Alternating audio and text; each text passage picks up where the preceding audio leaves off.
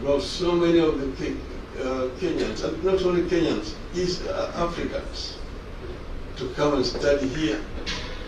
One of the products of that relationship is the former president of the United States of America. So we have got historical connection. The United States helped Kenya in the struggle for independence from British colonialism. So we therefore share very many things in common. And we want to see that these relationships are strengthened. So we are saying we want to, of Kenya, we are starting a new chapter in Kenya after the elections of 9th of August this year.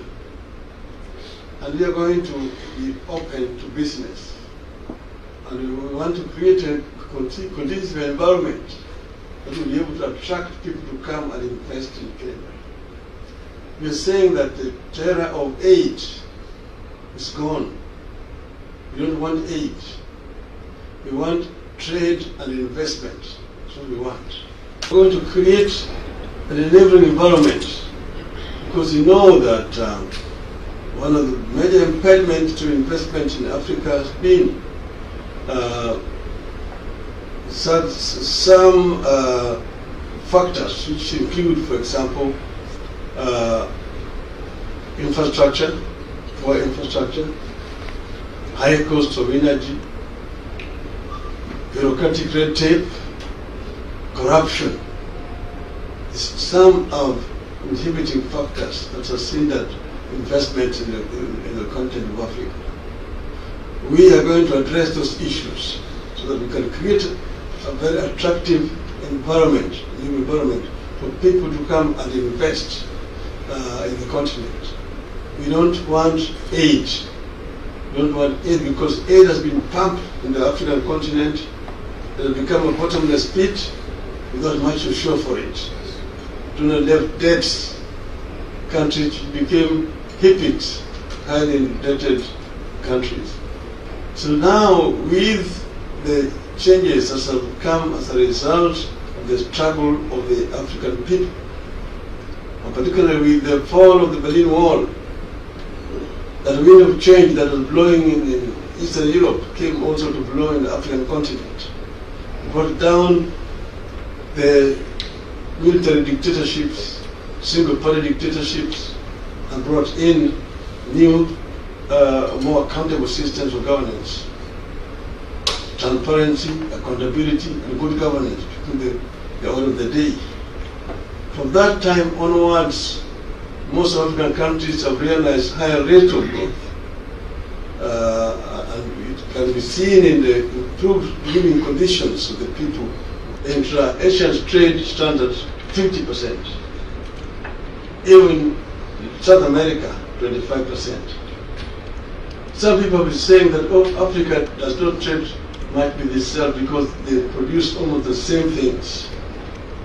Then I've asked, how about Europe? European countries also produce the same things, yet they trade very much among themselves. What has been established is that inter-African trade has not been widespread because one lack of proper infrastructure. That makes trading very difficult.